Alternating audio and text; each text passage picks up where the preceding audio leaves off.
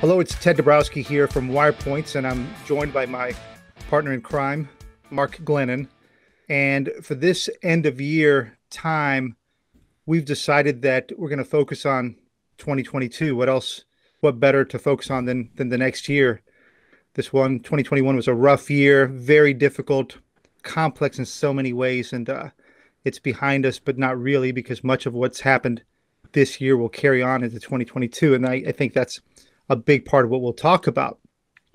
And so, we made a list of things that we think matter. It's obviously not all inclusive. Maybe it's not in the right order. We'll see, but we'll give it a shot. And I think we'll try to do it kind of a lightning round style. Try to be fast once we get through the issue.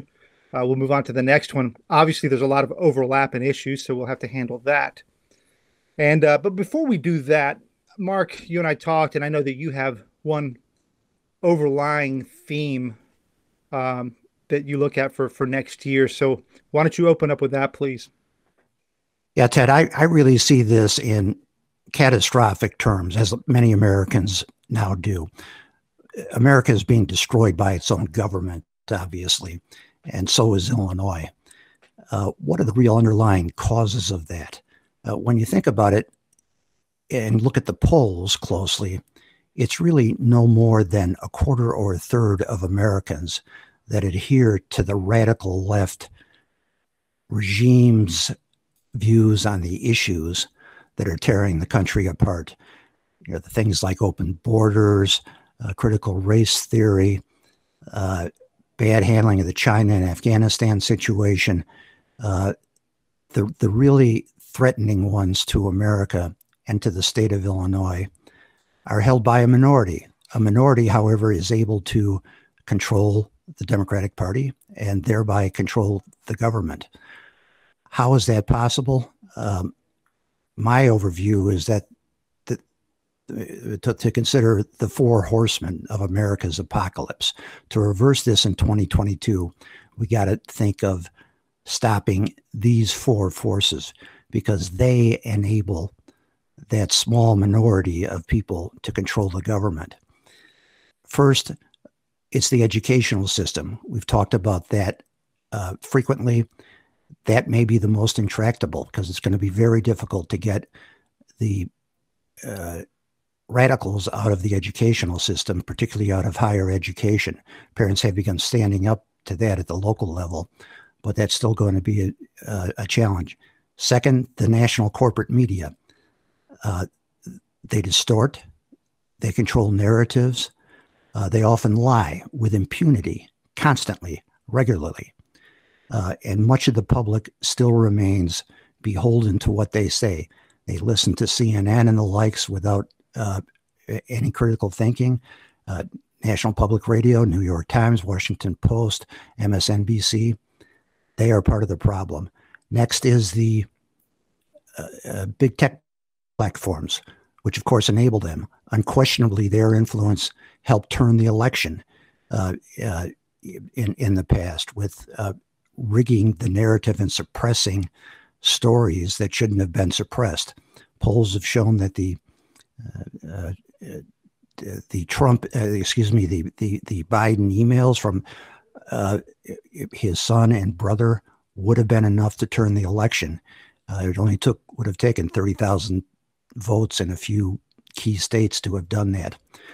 And finally, unfortunately, the national security apparatus has been part of this. Just a few examples. It's not one Russian conspiracy theory that they perpetrated during the Trump years, but they too helped suppress the story of the emails on the Biden computer. They did that deliberately and openly. Also, the story about Russians paying bounties to kill Americans in Afghanistan, that was entirely fictitious. Most Americans don't know that. That's been entirely disproven. Glenn Greenwald, among others, has written in great detail about this. So those are the four horsemen of America's apocalypse. Either you stop those or you won't stop that quarter or a third of Americans from controlling the country.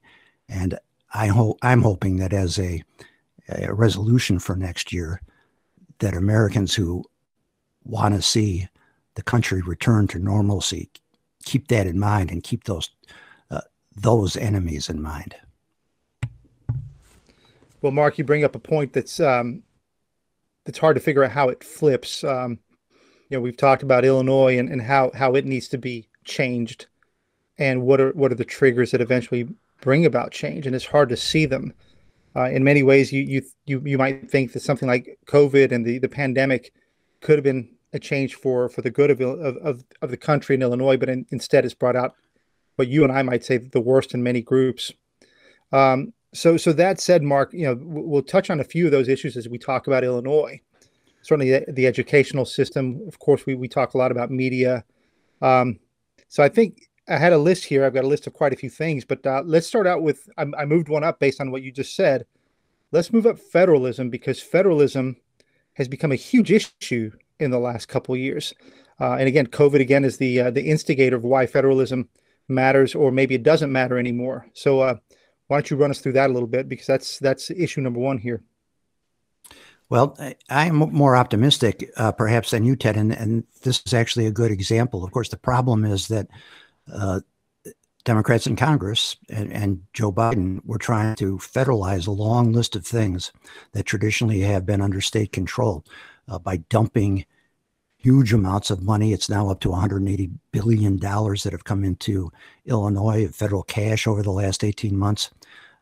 They've taken over functions that money has been spent on new programs. Their plan was to keep that going indefinitely. That was naive from the start. People have finally figured out that that's naive. There's more and more pressure.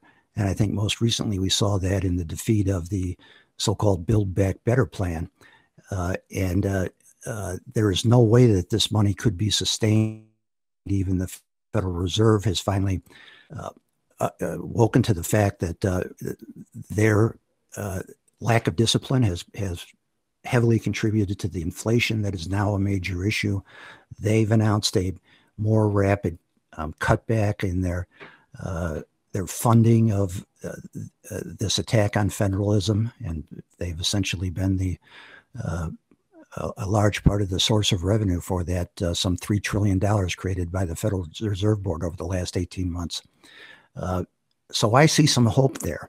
And of course, states are getting more assertive in maintaining their rights.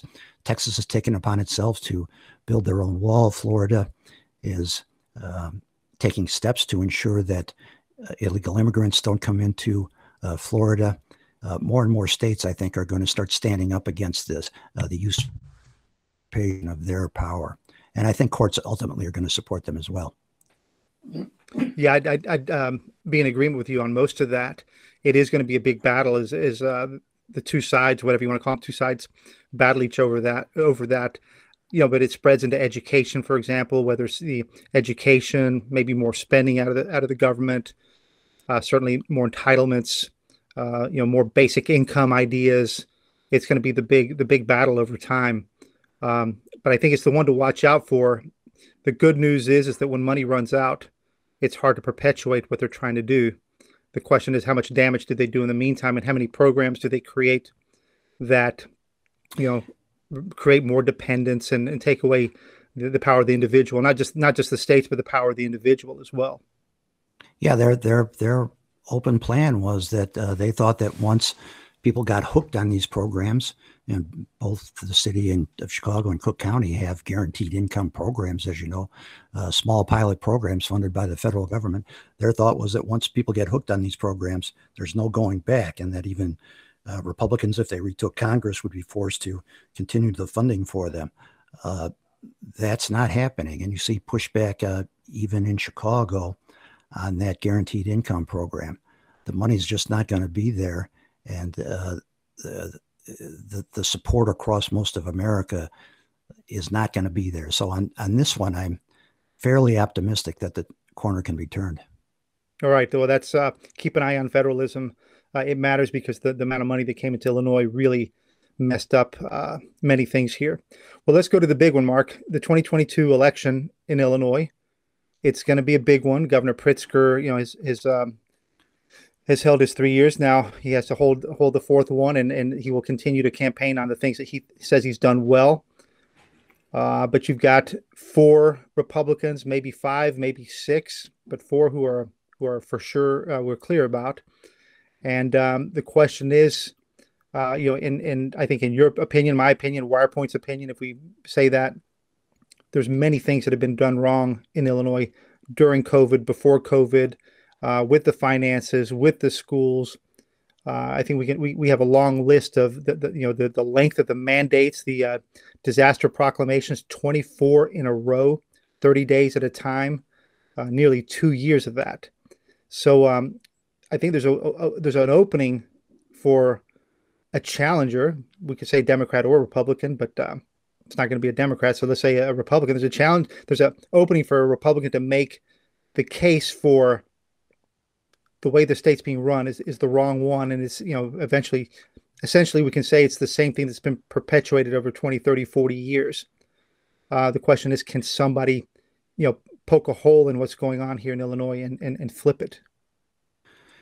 Yeah, they're not going to gain control over the entire government in Illinois, obviously, but I think it's pretty widely agreed that the right candidate could beat Pritzker. And it's conceivable also that moderates, Republicans, and I call most Republicans in Illinois moderates, could retake at least the House. But even just taking the governorship would be sufficient to put the brakes on some of these things. For example, change the Illinois State Board of Education, which has been pushing its critical race theory throughout the schools. This is such a fluid situation right now. People are turning so rapidly and so harshly against the regime that it's difficult to predict. And by the way, this isn't just Republicans versus Democrats. The fact is that no moderate Democrat has a chance, certainly not of getting through the Democratic primaries at the national level, but in most places of the country, Democratic moderates cannot win because they're stomped out by the radical left. A few of them have started to speak up. They didn't like the Build Back Better program, even if they didn't disagree with it in public. They're very upset with the radical left that I think has diminished their chances.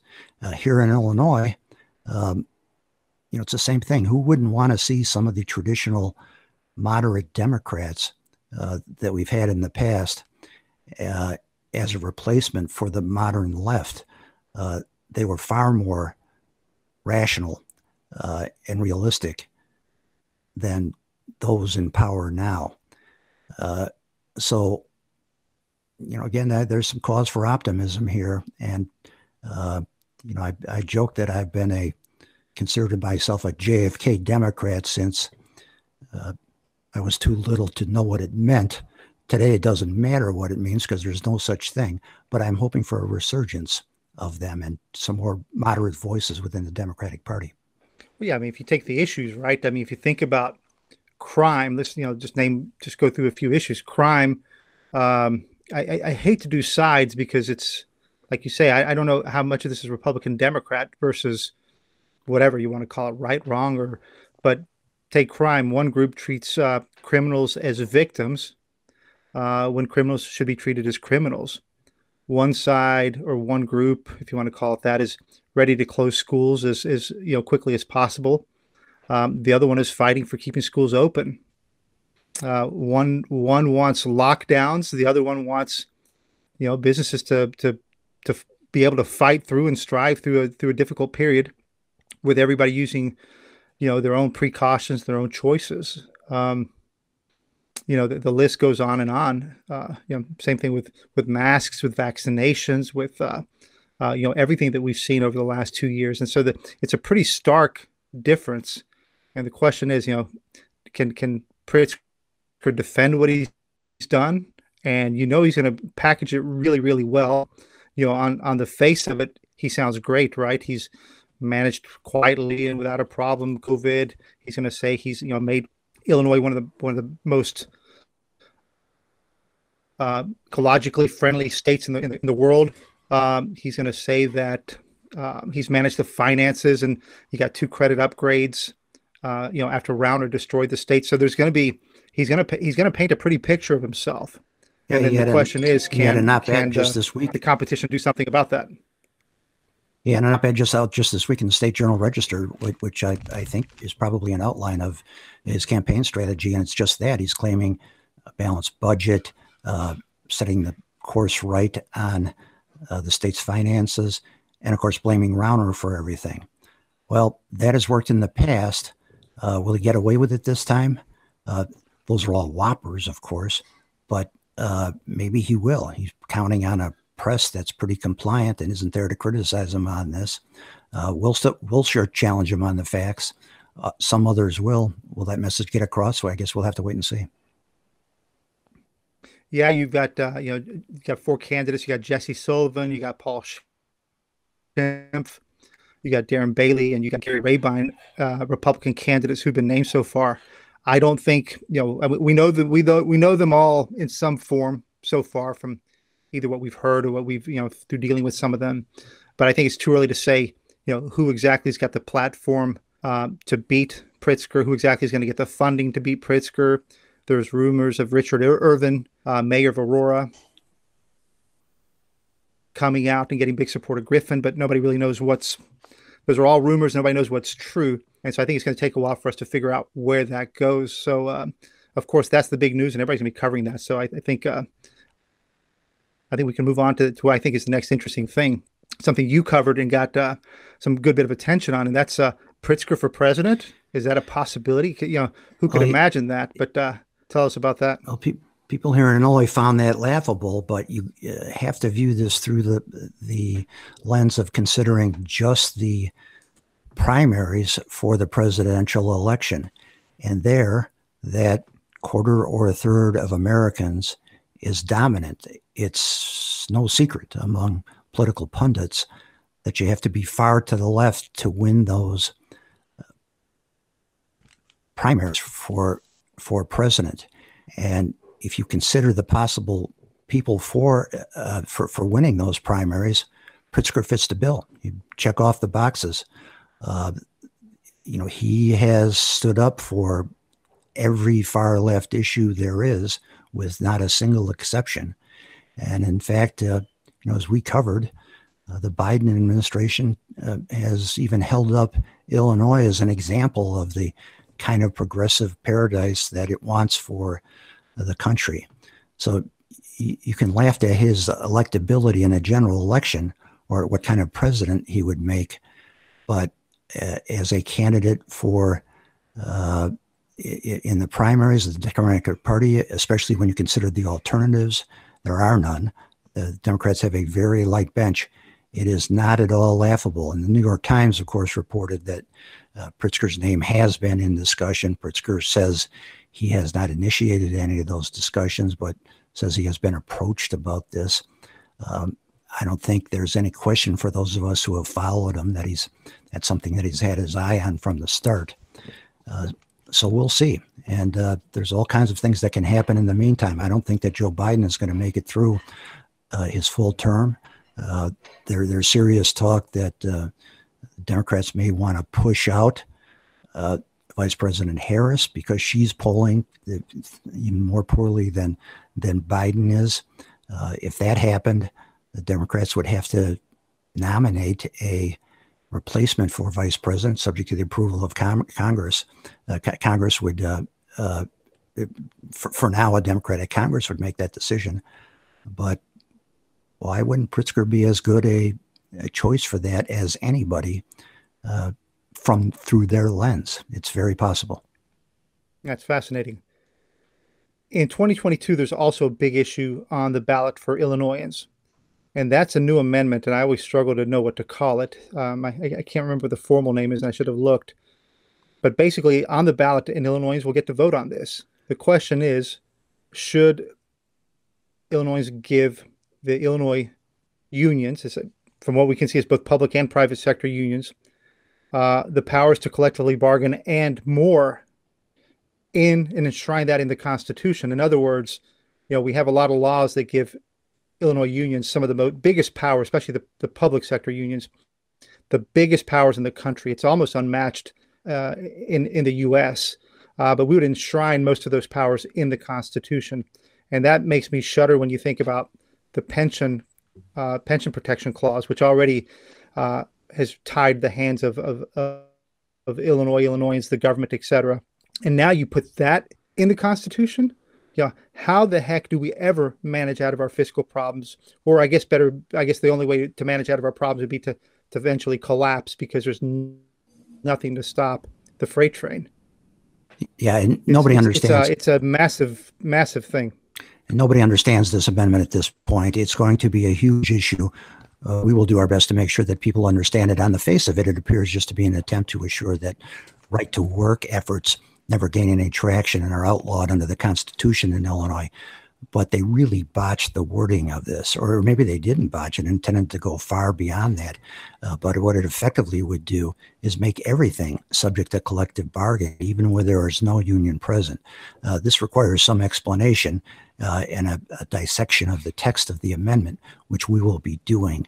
Suffice to say that this thing is not understood at this point, and it's going to become extremely controversial.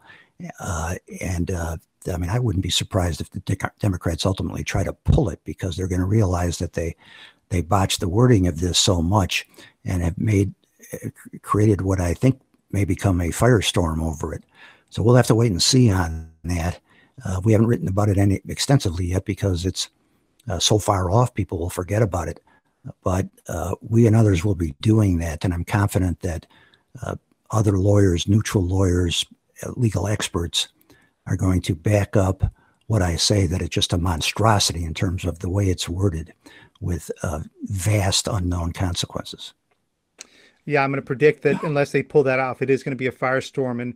And, it may be a great way to show how extreme those union powers have become in Illinois, even prior to the amendment. So look out for that from us and other groups who will be opposing the amendment and that want to expose how little power the individual in Illinois has compared to the unions, and also how hands are tied for city officials, mayors and councils who try to oppose the unions and repeatedly get whacked, whether it's through strikes or forced arbitration. So look for more on that. Ted, it could really be a learning opportunity too. You've written extensively about how one-sided our negotiation rules are for public unions are in Illinois. Basically, the rules are written to say that they always win. That's a fundamental issue that ties the hands of local government to try to fix their fiscal problems. And the public doesn't understand it. I think people roll their eyes when they read about this stuff because it's a little over their heads. But this could be a real learning opportunity. Now, of course, the last thing that we should discuss on what are fiscal issues is what's missing on the ballot in 2022 is an amendment to pensions. That's what we really need. We don't need to give unions more power. We need to allow pensions to be reformed. And it's something that very few Illinois politicians want to talk about. We've had a couple brave ones want to do something about it. We did have Senator Darren Bailey propose an amendment much along the lines of the language that WirePoint suggests for amending the pension amendment, the pension protection clause. But for the most part, Governor Pritzker says it's untouchable. We can't reform pensions. Pension reform is a fantasy. That's what we need. We've got a recent report we just did. We added up all the pension debts across the entire state, local, state, retiree health insurance that's unfunded, and it totals $530 billion. That's an average of $110,000 a household, unpayable any way you cut it. We need a pension amendment, and Mark, we don't have one.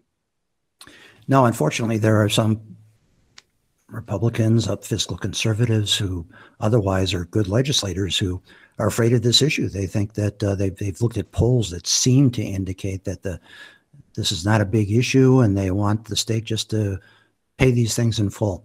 Well, that's not going to happen, and you're not going to right the ship without pension reform, and you won't get pension reform unless the Constitution is amended.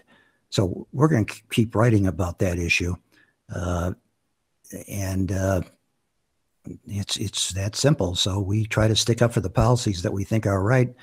Couldn't care less if it's a Democrat or Republican that eventually tackles this, but eventually somebody's going to have to, because there's no choice otherwise. Well, I think the other part that's important is, you can not care about pensions. You can think they're boring as hell, uninterested, or it's just not your issue. But anybody on either side of the aisle has to realize that as long as pensions are consuming, nearly a third of our budget, eventually 40%, if things keep getting worse, it's going to affect whatever money should be spent on crime, whatever should be spent in schools, whatever should be spent on public health, roads. It will make Illinois a miserable place to live, because our taxes won't be going to good services. They'll be going to pay debts, old debts for work that's already been done by teachers and state workers and local workers. So that's a disaster waiting to happen unless we find some leadership from somebody hasn't shown up yet. And it already is crimping that spending. I mean, I personally have a pretty liberal position on state spending for the developmentally disabled, where Illinois is badly lacking. That gets thrown out because the pensions get funded first. And that would be at the top of my list for what to fund if we could correct the pension problem, as well as lowering taxes. But people got to figure this out. And as long as we have pensions going unaddressed, we're going to have high taxes and subpar services. Well, Mark, that's all the time we have for part one of the issues to look out for in 2022. So we'll talk again next week. Thanks for joining us. Take care. Bye-bye.